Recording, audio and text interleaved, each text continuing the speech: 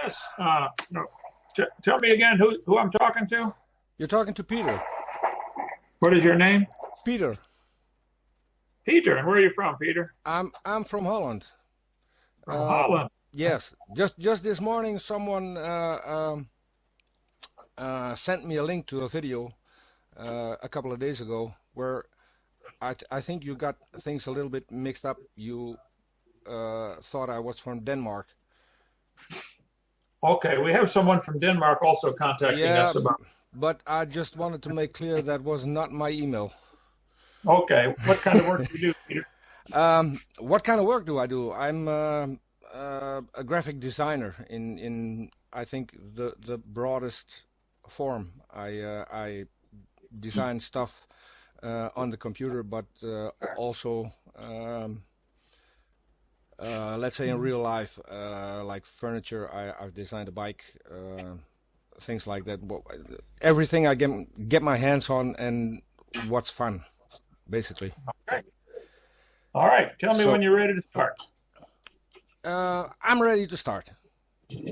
I'll do a quick introduction of myself a little bit further. I'm 54 years old.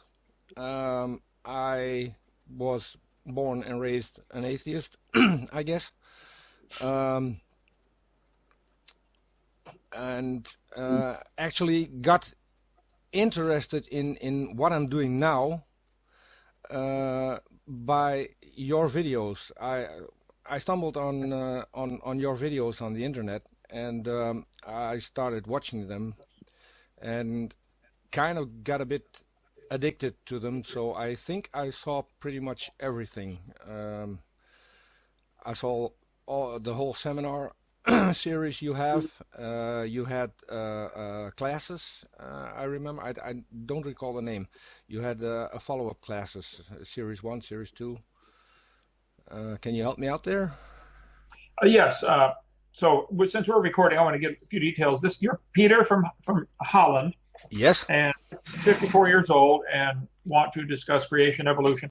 We did what we called the CSE classes, Yes. Creation Science Evangelism, CSE 101, 102, 103, Yes. That's going into my seminar in more detail, basically. yeah. That's good. I'm glad you watched it.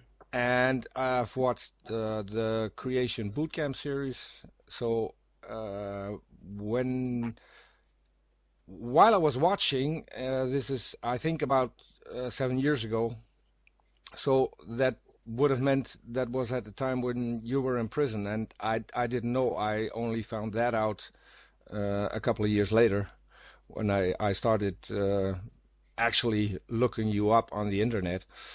And so when you got out and I found out that you were doing videos again, I started following again, and pretty much up until I think 2, 3 months ago, I saw all of those as well. So I think I'm I'm pretty much up to speed with who Dr. Hovind is. Wonderful. So we should be getting close to getting you converted by now. So that'd be Well, great. I wouldn't put much hope into that, but Okay. Well, um, I'll try. Let me give it a good shot. okay. So what I do, I'll line it out a little for you. What I do is I ask people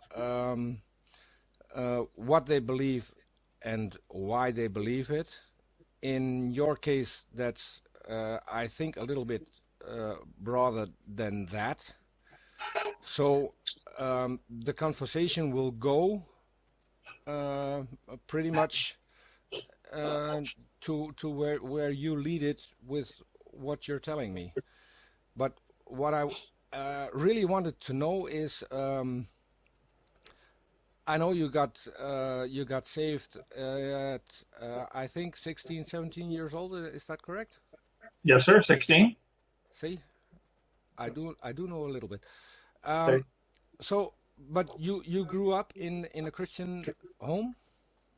Well, yes, definitely not independent Baptist like I am now, but yes, I'd say a Christian home.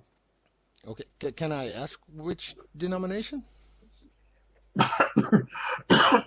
When I was born, we were going to a Lutheran church, and then when I was about 7, we switched to Mennonite. But because my dad had been in World War II, he always felt uncomfortable because the Mennonites are pacifists. And so when I was about 12, we went to the Methodist church. This would all be in Morton or East Peoria, Illinois area. Hmm. And when I was 16 and got saved, I started riding the bus to a little Baptist church and really liked the Bible teaching aspect more than just the religion part of it. You know, some churches are just religion and ritual as opposed to really studying the Bible. So I've been Baptist ever since. Okay.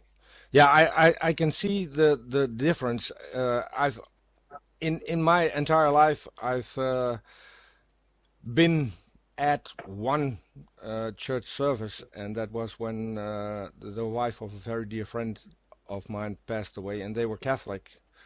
Mhm. And I think that you and I would agree on a lot about how things are handled in the Catholic Church. So it wasn't my thing, but as I said, through your videos, I got interested in religion, in Christianity. I've read the Bible.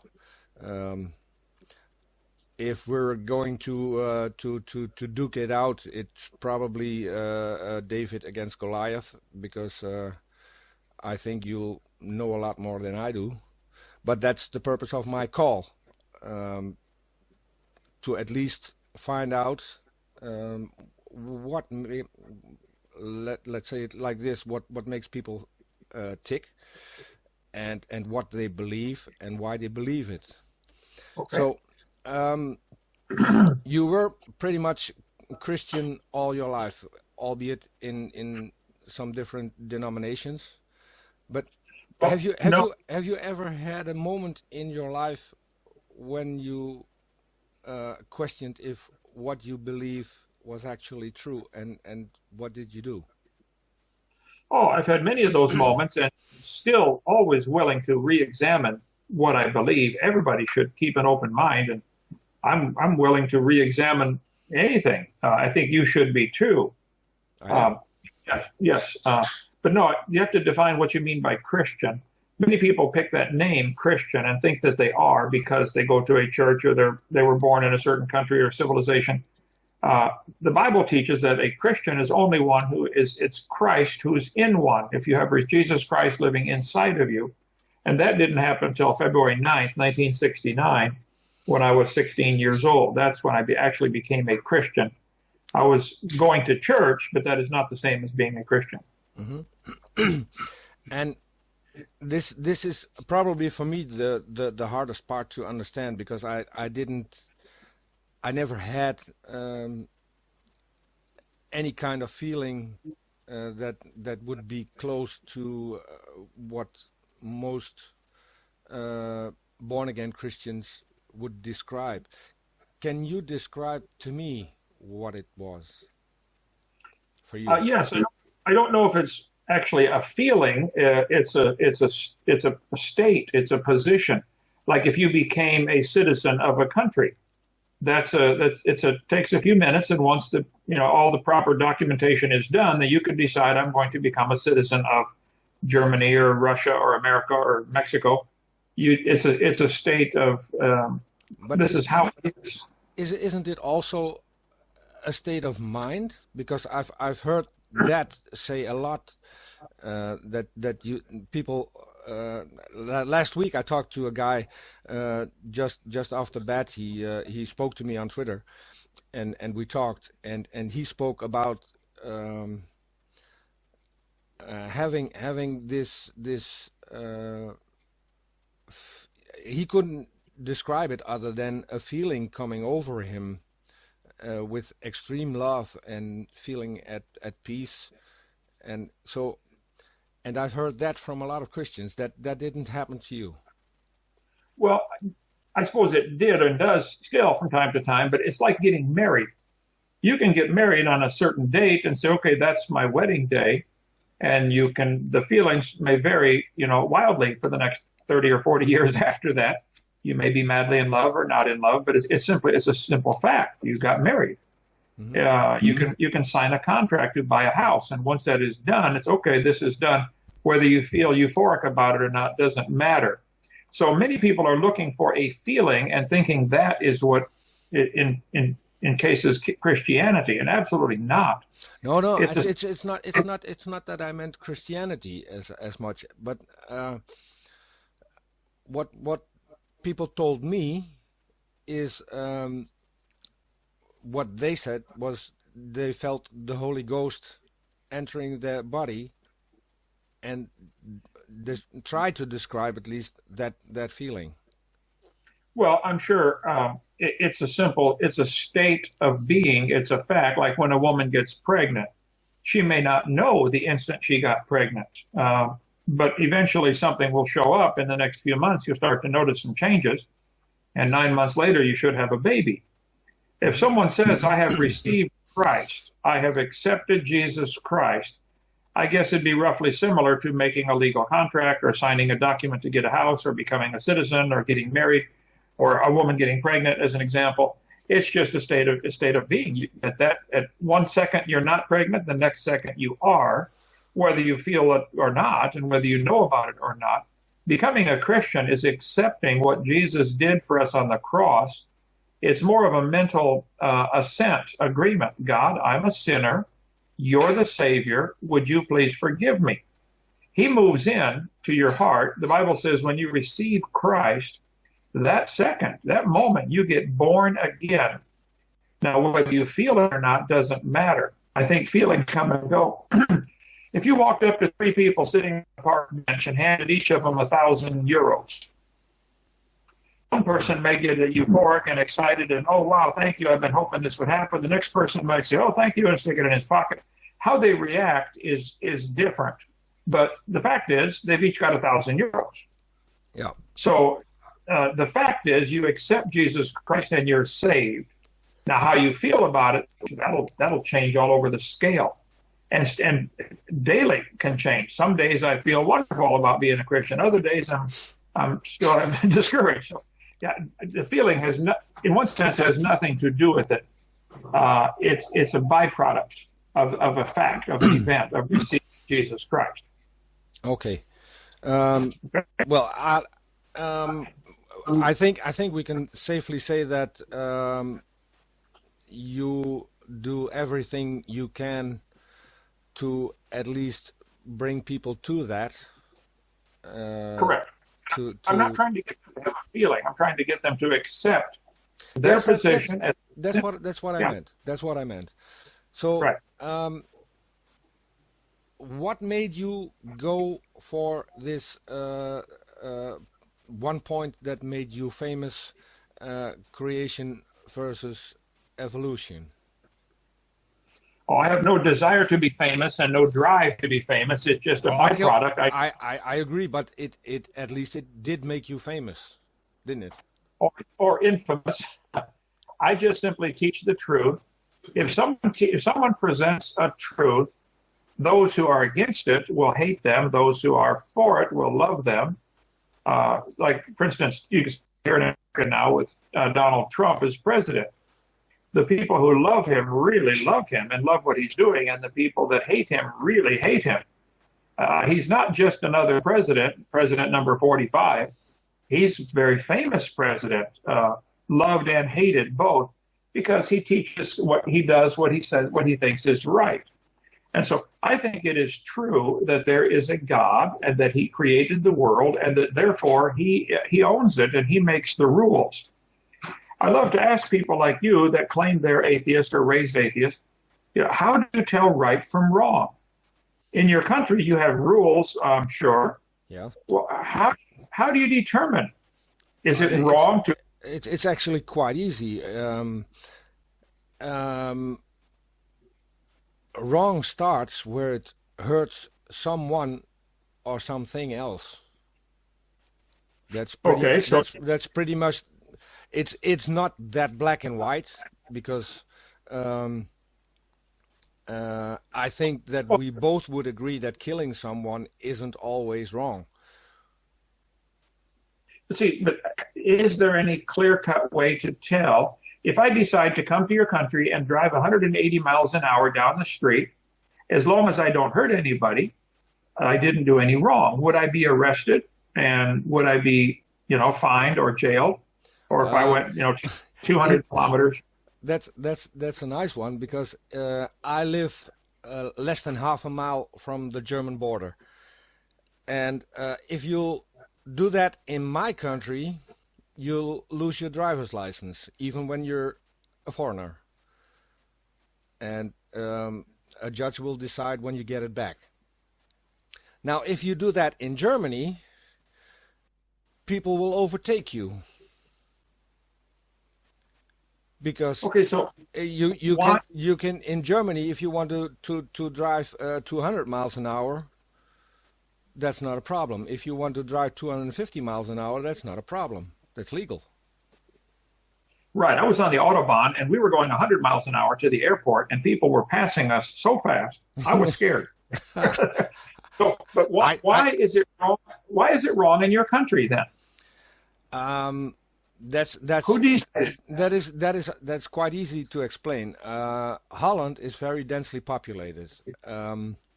So what we have our version of the Autobahn, but we have a lot more cars driving on it. So if you would raise the speed limit, or if you would have, like they have in Germany, no speed limits, you would have a lot more accidents.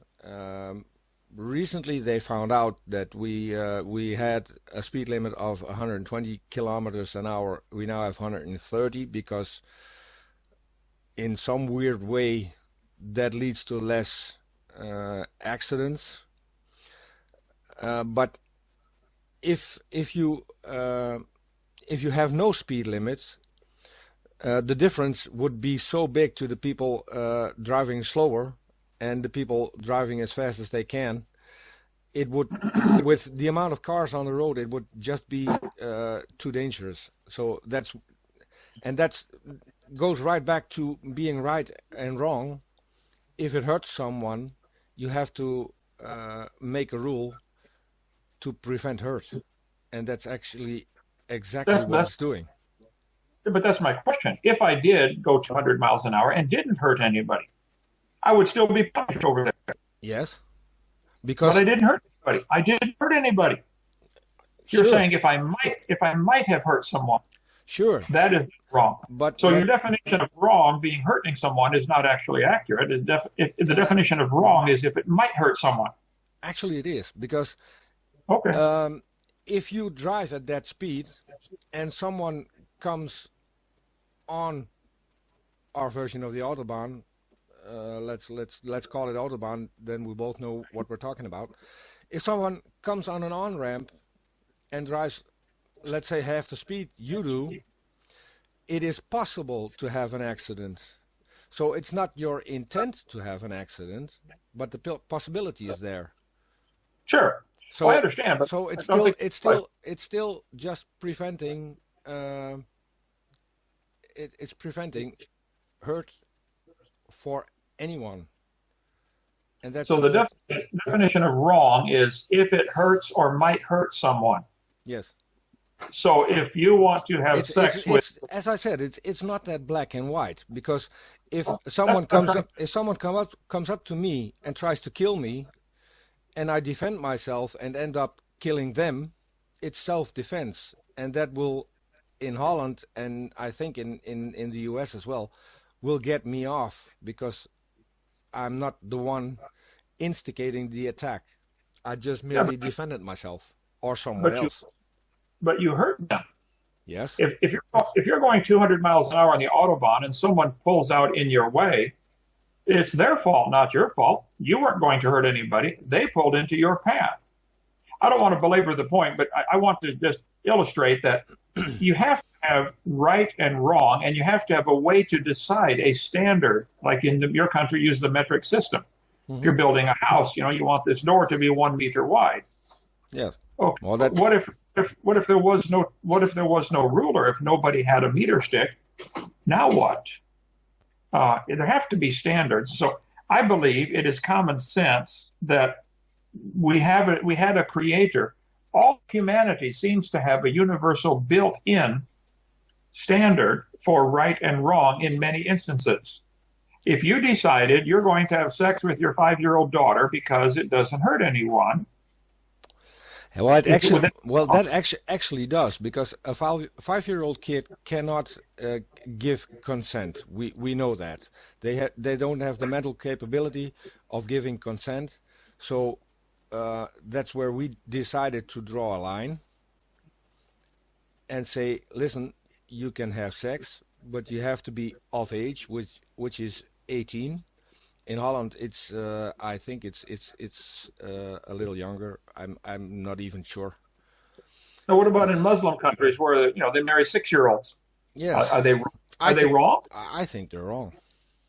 Well, who are you to judge them? In their country, But that's their law. it's not only in Muslim countries. Did you know that a lot of states in the U.S.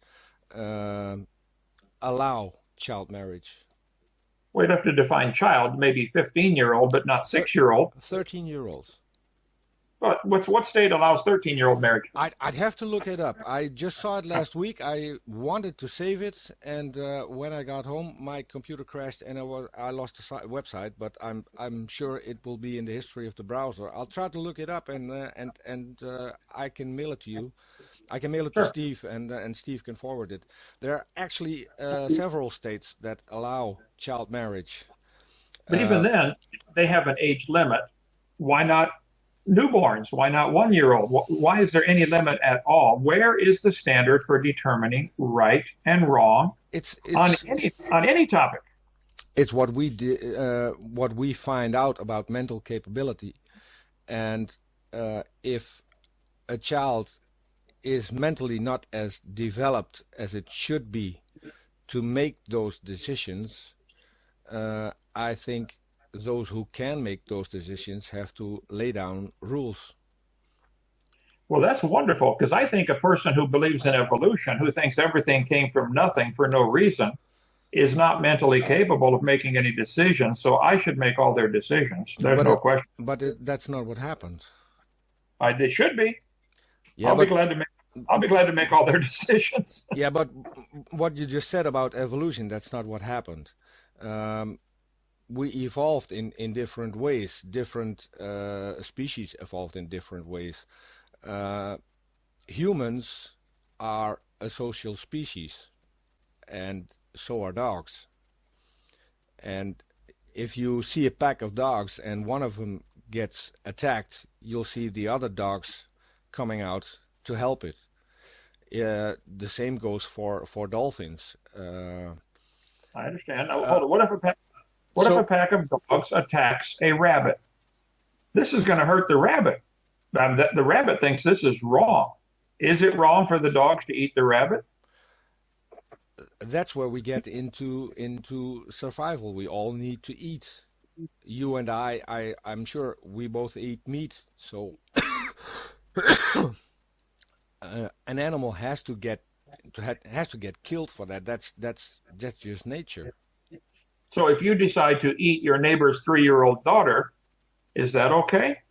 No, because most species aren't cannibalistic, and that's also backed up by evolution, because you want your species, your kind, if you want to call it like that, to survive. And different species have different methods for that. And social species have the method of defending themselves against harm and not eating themselves, because that would be detrimental to the species. If you start eating yourself, who's going to survive? Well, that doesn't make any sense, because if I have 10 children or 5 children or even 1 child, why would I want them to survive? Because that's only going to increase competition for food and resources. Why would any human want any other humans to survive? They should want to be the only one and kill everybody else. because again, resources, food, competition, you don't want that. That's going to be Yeah, but harmful. if you kill everybody else, then you decimate the gene pool, and your species won't be as strong as it was, because you'd end up with incest as the one and only possibility to survive. And we all know that incest leads to huge birth defects, so the species would die out. And But also, still, if you kill off all the others, you're going to lose at least some form of protection, because they will rally to your needs if you need them. how about let's just kill off the ones we don't think we need, the inferior, the less intelligent. Let's do exactly what Hitler did. Let's select the ones we want to survive, the blonde-haired, blue-eyed, and kill everybody else. This is exactly the thinking of Adolf Hitler. It is, maybe, It but is. I don't think that was his motivation. But All right. you Well, you you could wanted you could put it like that. I think his motivation was completely different, and at least that's backed up by a lot of facts that it was completely different. All right. Well, you wanted to do this program to we have me to explain what I believe and why, Hmm. and then you will on the next program explain what you believe and why. Correct. Okay. I believe we are here. Man exists. The world exists. There is a reality that consists of at least three things: time, space, and matter. Correct. We exist in time, we exist in space, and we exist in matter.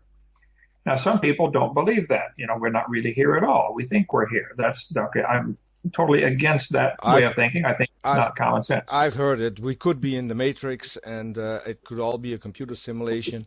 But here's the thing: if that were the fact, we'd still experience this reality as our reality.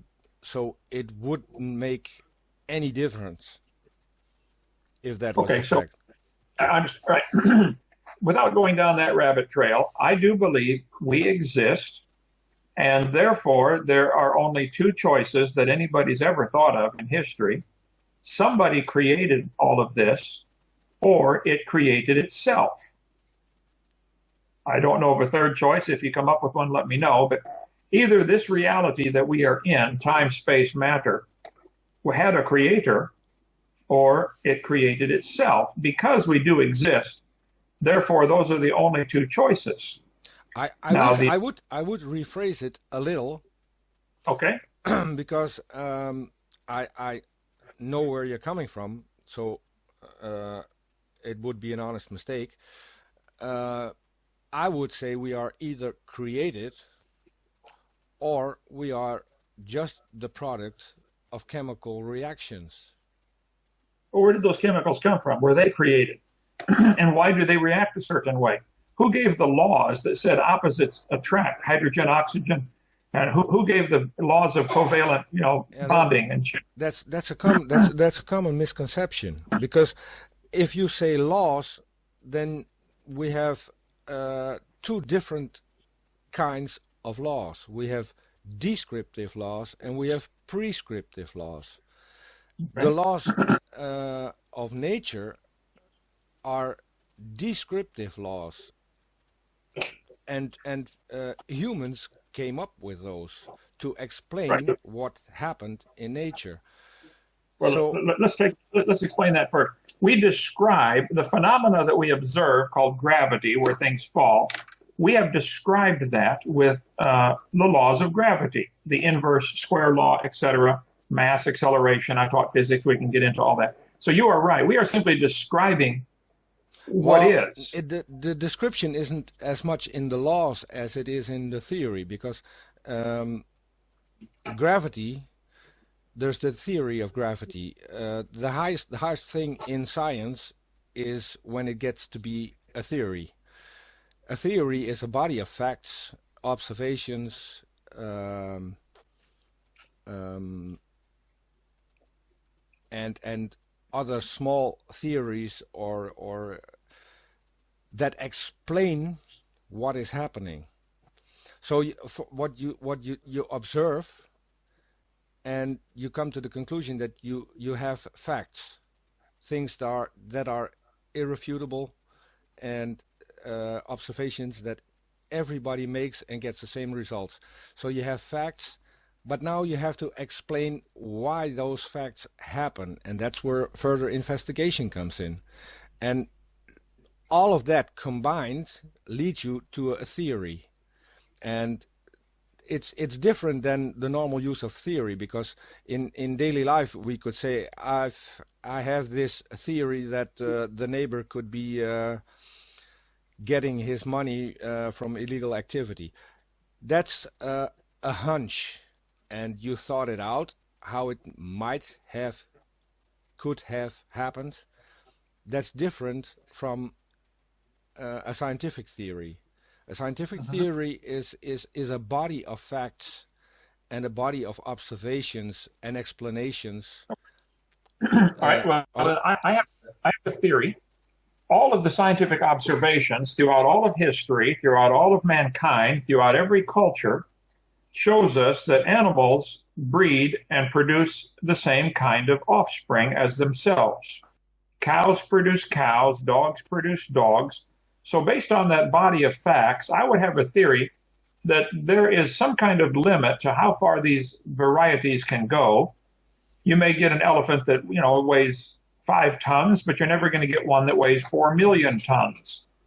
You may get a pygmy elephant that's only 4 feet tall, but you're never going to get an elephant the size of a flea. Based on all observations through all of history, I think I could create a theory that says this first two elephants, let's take that as an example, must have already been elephant. They must have been created as elephant, and they were created with a limit to their gene code. They may produce bigger babies or smaller babies, or ones that can run faster or stand the heat more or have bigger ears, but they're still elephants. All of scientific observation through all of history indicates that there is a limit to the variation within this kind. So therefore, I would conclude, my theory would be that the, say, 8,000 basic kinds of animals in the world had to be created fully functioning, fully elephant already, day one, the moment they were created. We never see any animal change. We never see anything change to a different kind. Yes, so and I've heard you say it a lot of times, right? Because as I said, I've watched pretty much everything you ever put out on video.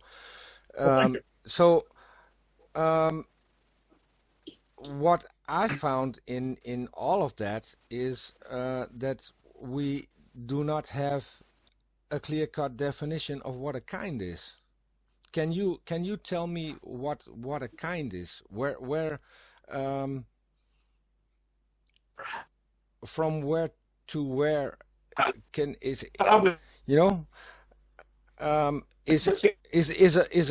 a dog a kind and is a fox a kind, or are they both the same kind? That's what I don't know.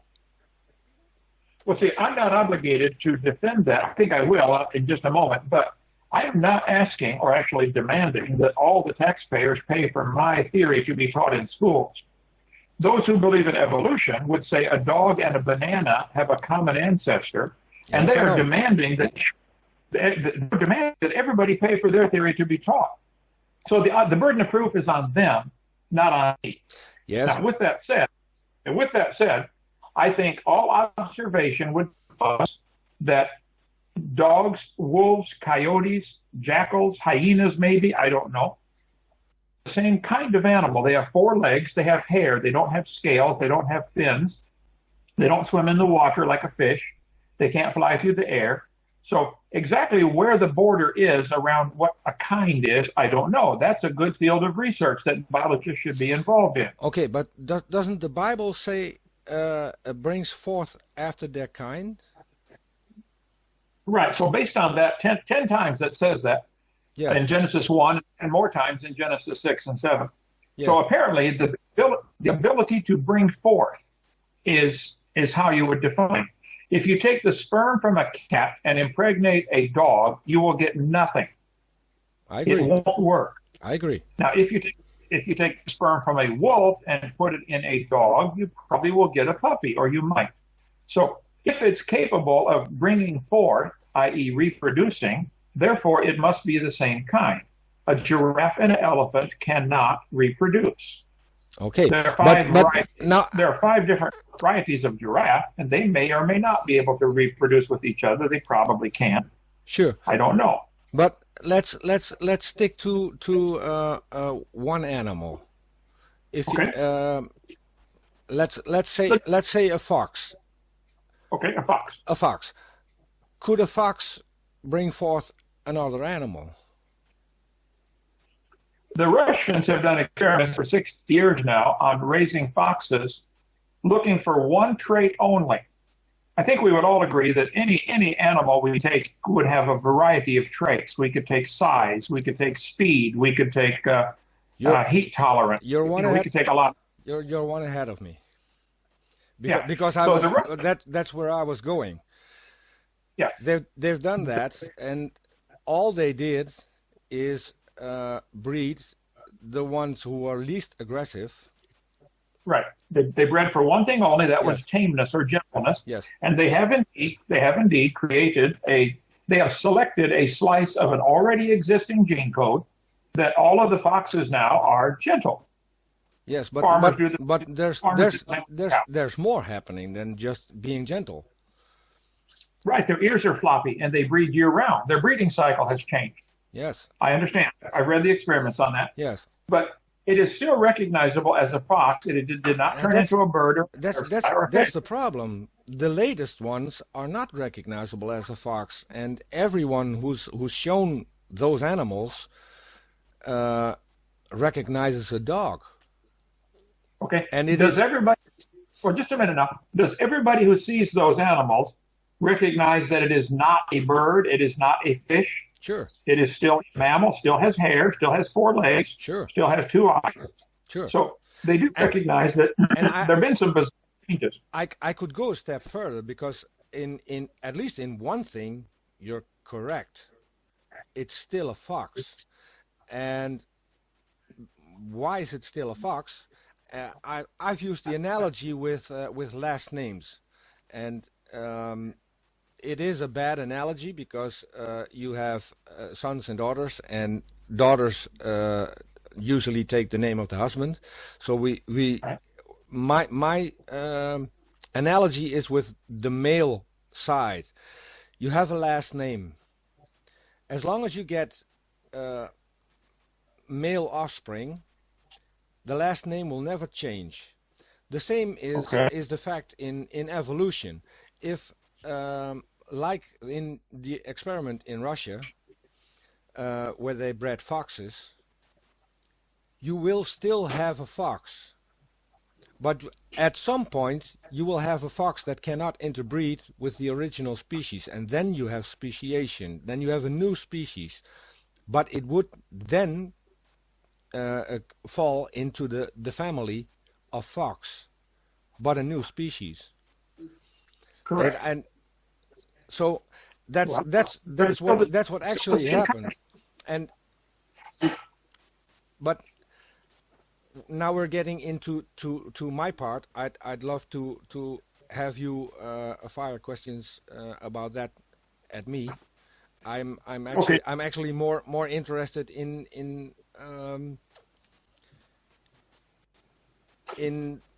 the Christian side of the story. So, the Christian side of the story with the foxes would say, they have now selected gentle foxes that have very different characteristics, but they're still in the same family. I don't know if the biblical word kind is at the same level as genus or family. You know, you got Carolus Linnaeus back in the 1600s decided to classify animals upon, kingdom, phylum, class, order, family, genus, species. Mm-hmm. Well, that's a man-made artificial division.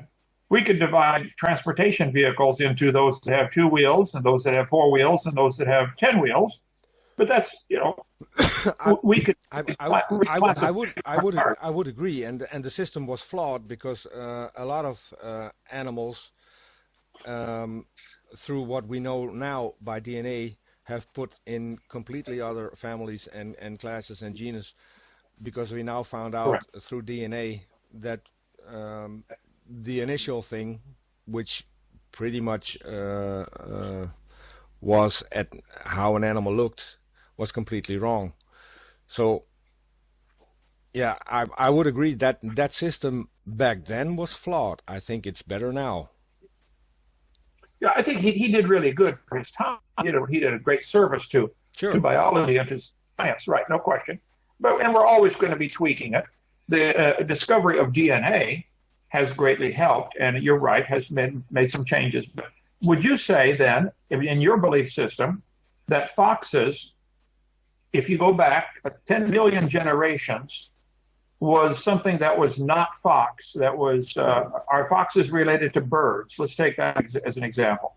If you think foxes are related to birds, way, way back, as far as you want to go, I'll give you 400 trillion. If you only go back, you wouldn't come to birds. You have to go back, take another branch, and go forward again. Correct. Because But the branches do come off the same tree. You think birds and foxes are two branches on the same tree. yes, So what was that tree? What did that animal look like that developed part of it into birds and part of it into foxes? And where's the evidence for that? Or is this just your religion, something you believe happened? no. I don't think it's a religion at all. I have to say I'm not a scientist. I'm just an amateur, and what I'm doing and what I've researched is over a period of 2 years. Although when I was young, I spent pretty much all my free time in the Museum of Natural History we have in a city near me, and I was fascinated by that, by their displays. They changed their displays once or twice a year. So I learned a lot back then, and now I'm trying to keep up. Um, I'd say when you go back to pretty much the first land animal, which is believed to be tiktaalik, which is an animal that evolved from fish but had lungs and had fins that were morphed pretty much in the way it could use it for legs. So and that's where it started. From there you get the amphibian kinds, and they branched off in reptiles, and somewhere along the line another branch came off and became mammals. Oh, And believe me, I have seen thousands of these phylogenetic trees you're describing. It's all imagination. It's ink on paper. It's not reality. I don't Nobody, I don't think so. nobody. Are you familiar with Aaron Ra? Yes, I know the name. I've read some of the stuff. Okay. Um, he actually has it on his computer, and nobody has dared to take it on because it's a job so immense that nobody tried to even take it on. But he has a taxonomy that is, I think, could be the biggest in the world. And right now he found a couple of guys who wanted to work on that and turn that, what he has on his computer. Um, you use a computer, so I could explain it a little bit in that way. You have a file folder. In that file folder, you can create several other file folders. In those, you can create file folders. That's what he has at the moment. And he uses that in his videos as well. But to make that into a website is a huge project. But it is going to happen. It's going to come online, and at that moment, everyone in the world can do their research, because I think he's going to make it a free website with updates from scientists. So I think we'll have to wait for that to at least get a complete confirmation of what at least what we know. We don't have all the species that went extinct, but we have a very good lineage. Peter, hang on. You said a complete confirmation. In other words, we already believe it. We already know it's true. Now we just have to prove that it's true. You're already committed. Yes. I disagree. That's not. No, I can clarify that. Darwin came up with the theory of evolution. Darwin didn't come up. There was a guy before him who came up with it. His grandfather. No. Another scientist, and I believe. Sorry. Aristotle came up with the similar concept. No. I forgot the name. What I do know, it was a Christian who came up with it. And we're talking about the guy on the island was same time. Wallace. Wallace, Darwin's contemporary, but Darwin beat him to the punch of publishing the theory. Yeah. Hold on. Let's back up a little bit though. Yeah. So you're telling me the bird branch and the fox branch. It's not a bird branch. You get your dinosaurs in between, because birds are directly related to dinosaurs. And I don't know who taught you that, but you need to get your money back for that. Reptiles today produce reptiles. Yes, but dinosaurs aren't reptiles. Okay. Dinosaurs produce dinosaurs. Correct. There are no animals any place in the world where you can go observe them producing anything other than their kind. Why do you think this happened long ago and far away, but can't happen today? Well, why do birds always have birds? I think the biggest confirmation of what Darwin came up with came as we were able to find out what DNA is and what it does and what we can see in DNA. So even if we didn't have any fossils today, the DNA evidence alone is enough to determine that we have a common ancestor. Just hold on a minute. I don't speak any Dutch, but let's take English. Your English is amazing, by the way. Thanks. English is a crazy language, very difficult to learn. No.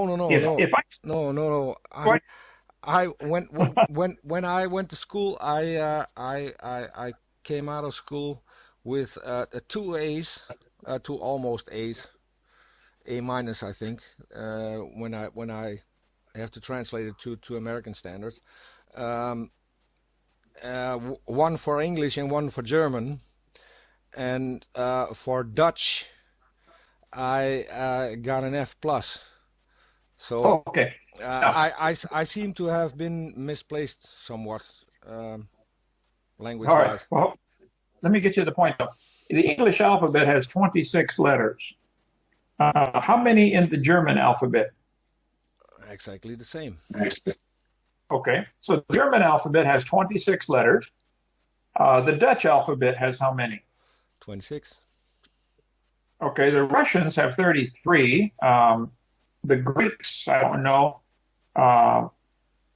If I read a book in German and noticed that it uses the same 26 letters as the English books do, does that prove those books have a common ancestor? Or does it prove that that's the code in which you write the language? No, the writing has a common ancestor. The letters have a common ancestor. The use of the writing depends on the language that is spoken in that place.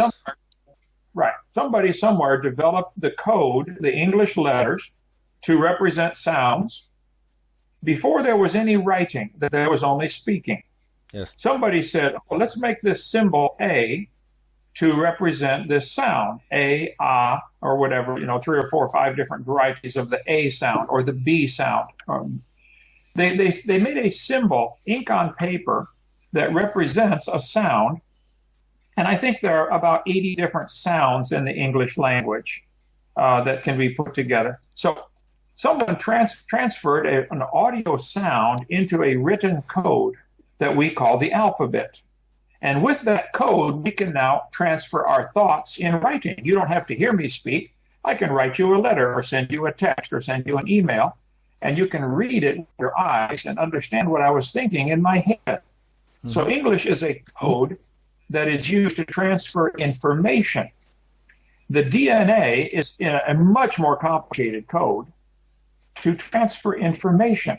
So if I find similarities in the DNA and a fish and a amphibian and a reptile and a dinosaur and a bird, if there are similarities, and there are, that does not prove a common ancestor. That proves a common creator, okay, who used the same code. Why do you think it's a common ancestor? Can I ask you a question? You just did. Ask another one. You have the same sense of humor I have. Okay. I've got to remember that one. DNA is used in a court of law for paternity cases. Sure, correct.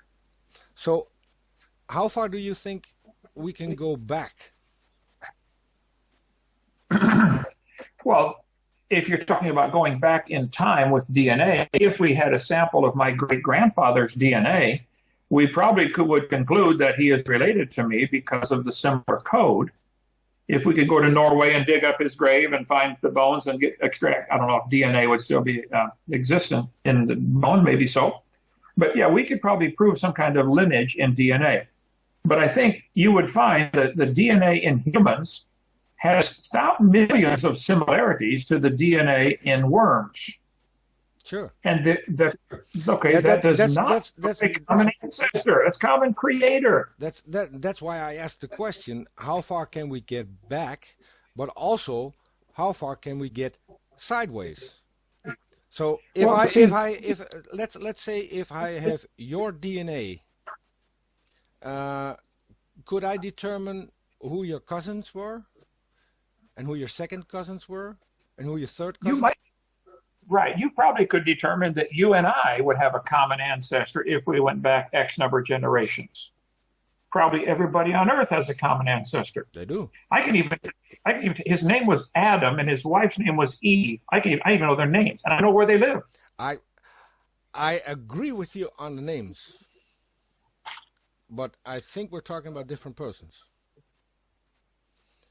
You don't think it was Adam and Eve? You think it was Lucy or some caveman? No, it was mitochondrial Eve and mitochondrial Eve and Y chromosome Adam.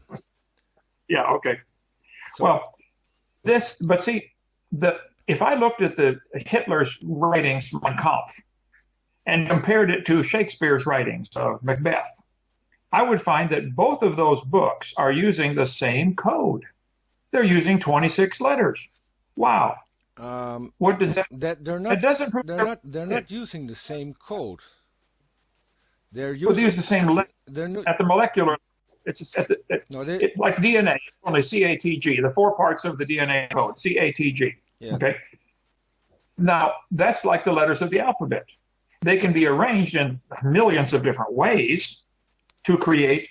Like you can arrange the 26 letters of the English alphabet to make tens of thousands of different words. Sure. But it's the same 26 letters. So that's proof that the code was created. It's not proof that everything evolved by chance. So if Shakespeare's play Macbeth has a lot of similarities to Hitler's Mein Kampf because they used the letter A and the letter B and the letter C. Wow, that proves a common creator. No, that proves that's the code with which you write that language. Okay. So if you have similar DNA to a cat, that does not prove you're related. That proves the designer made the DNA, and you can make a lot of animals with that. But that's why I asked. We use it in a court of law to DNA to determine who's related to who. We had a huge case here in Holland Right. A 17 and a 16-year-old girl was murdered over 20 years ago, and they didn't find the killer. And there's a statute of limitations on that, and they were determined. We have a crime journalist here in Holland who brought up the case regularly so it wouldn't be forgotten. Right. And he approached the human genome research and asked them what would be possible. They decided to take DNA from an entire region here in Holland to see if they could find relatives of the killer. And the killer himself didn't give a DNA sample, but they were able to trace him just to some of the relatives of him who did. Right. So my question is, we can go that far, and the journalist just out of sheer thanks made a program about the Human Genome Project, where it was explained how they find where people come from. You are from Norway, correct? Yes. Yes. I've been there. My ancestors were, right? Yes, but you had, that's what I meant. Your ancestry is in Norway, so you can, while you live in the U.S., they can trace you back to Norway. They can trace your older ancestors back to anywhere in Europe or Africa or Asia, and there are a couple of groups in that. It was, for me, it was amazing to see that on TV. So, and when I hear you speak, let's not get others into this, because I think that would be dishonest. But when I hear you speak, my question would be, where is the limit with, as you see it, where it stops, where DNA can give us no more information? Okay. Science deals with things we can observe and study and test and demonstrate. All observation tells us that the DNA of humans only allows us to produce humans and only allows us to mate with humans. And so there seems to be a limit with it being able to bring forth. Back to where we started. The Bible says the definition of kind is those that are able to bring forth. A dog and a wolf can mate and bring forth. They normally don't, but they can. And so they are obviously the same kind. Now, as far as using DNA as evidence in a court of law, that's wonderful. I hope they catch the killer. I'm still be curious why it would be wrong. If it's only wrong because he harmed somebody, that's another story. But you could also do the same thing with the author of a book. Sometimes you can determine who wrote a book, even if he doesn't sign his name, by two different things. One is by the handwriting. Two is by the use of his style of writing, his use of words. People can read Shakespeare's writings and realize, oh, that's Shakespeare. This is the way he talked. This is the way I agree. He would phrase. I agree. So the same goes even for paintings. So same for painting, same for design of a machine. If you're into that kind of, some you can say, oh, this building must have been designed by Frank Lloyd Wright, an architect. Okay, so yes, but see, it's the same thing with the DNA. I agree. You can study the DNA of different animals and say, wow, these two might be related, or this person might be the killer, or this might be a paternity test. This person is probably the father of this child. That's all wonderful, but that's not anything that's going to help evolution theory. It is simply evidence of design. Sure. Somebody did it. Sure, but so that's creation. That means I'm right and you're wrong, and you should get converted. What I was thinking is, we can go back. We can go back to your grandparents. We go back to your great-great-grandparents. do you think there's a limit that we can't go back any further? Well, I don't know. So far, all scientific evidence says yes. No matter how far you go back, you're going to end up with the human. My grandparents were human. My great-grandparents were human. My great-great-great-great-grandparents were human. We don't know of anything that would change that. I would disagree, because we even defined where we split off as humans, because we have one less pair of genes than the great apes have. If we have one less pair of genes, we have 46 chromosomes. They have 48. Chromosomes. Then we're devolving, not evolving. No. That has been explained as well, because the human chromosome 2 is actually the chromosome 2 and 3 that have fused. Right. And we can see that in the DNA as well. So, in the Russian alphabet, they have the letter R that's backwards. They have altered some of the letters. Okay, it's still a code. It is still a symbol that has a meaning to those who can read Russian. Sure. And that's evidence of intelligent design. But I don't see DNA as a code. DNA is a complicated. I don't see DNA as a code. It's a complicated system of chemical reactions, which leads us to certain results. And in the case of living beings, it leads to a living being. And we make analogies to explain it, and some say it's a blueprint, others say it's a code, but it's neither one. I can take an ink pen and take ink molecules and put them on a piece of paper and create a letter like the letter A. Okay, this is actually nothing but ink on paper. Sure. But it's more than that. It is. It carries information. The DNA is indeed a chemical reaction, but it's more than that. Just like it's more than ink on paper, it's information. The DNA carries not only the chemical. We could analyze what chemicals are in it, and divide up the CATG molecules, etc. But it's more than that. Just like ink on paper, a book is more than ink on paper. It is information. Where does information come from in the DNA? Why do the chromosomes combine and give you blonde hair and blue eyes, or 2 arms and 2 legs? And why not a leg on top of your head? Why always in this position? In case of the humans, it's quite easy to explain. You have a man and you have a woman. The child gets something from both, half from both, but the copying system is flawed. You don't get exact carbon copies. So there are very small changes.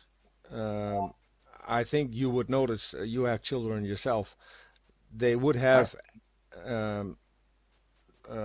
characteristics from you and from your ex-wife, and but they wouldn't be exactly the same. Some say he's got his father's nose, sure, but the nose is slightly different.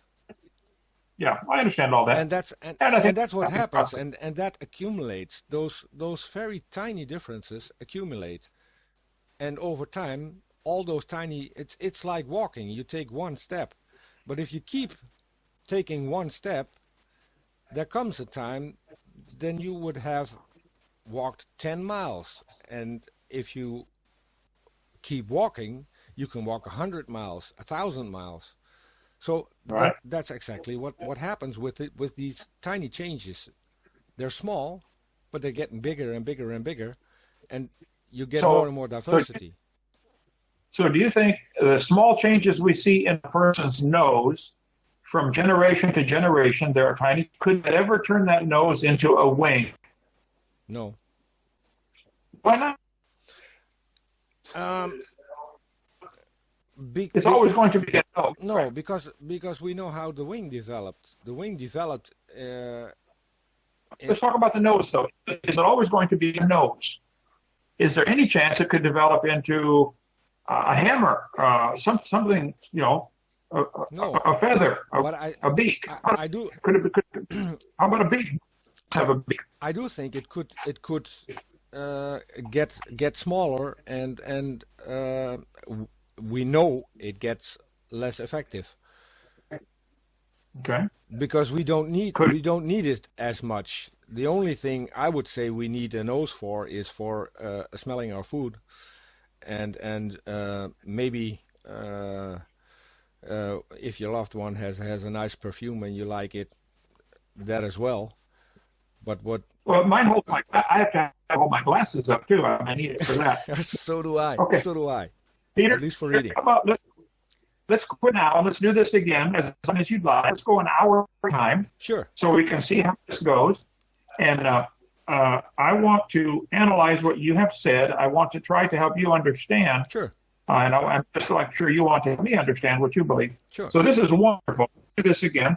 Sure. Next time you decide the topic and you moderate the call, as it was. So you decide which way it's going. You're going to ask me questions. You can steer me in any way you like. You can choose any topic you like. Because Okay, that sounds wonderful. And when we're all done, you will be an independent Baptist like me. I wouldn't count on it, but I'd have to lie if I would say that I don't have an open mind. I think everybody has to have and has to keep an open mind. So well, I will drop some intelligent thoughts in there along the way. Well, let's go, and I'll have Steve arrange a time for my secretary around. I've got to leave at 4:30 in the morning to preach in Idaho, so I've got a lot to do right now. But this is wonderful, and I appreciate your interest, and I'm glad you watched all my videos. Tell other people about them, please. I will. And I'd like to at least take the opportunity to thank you for accepting my offer. It would sound strange towards other atheists, but I think it was some kind of an honor talking to you because, as I said, I followed you for a long time, and I didn't expect that my first email to you would be accepted right off the bat. So I was at least thrilled that we could have this talk, and I'm very much looking forward to our next talk, and I hope you come up with an exciting topic. What I do want to ask is that you do not tell me the topic up front, because I want to go into this as blank as possible. Okay. Thank you so much, Peter. We'll do this again as soon as I get back. Okay. I wish you a very good day, and to you and your new wife. All right. Thank you so much. We'll talk next time. We'll talk later. And how do you say goodbye in Dutch? So teach me a Dutch word here. I knew you were going to ask this, and this is going to be difficult because it sounds Arabic. You need a G, but you need a Dutch G. Goeiedag. Goeiedag. Goeiedag. Okay. Goeiedag. We have a guy working here who's from Holland, and I'll have him help me practice that. Goeiedag.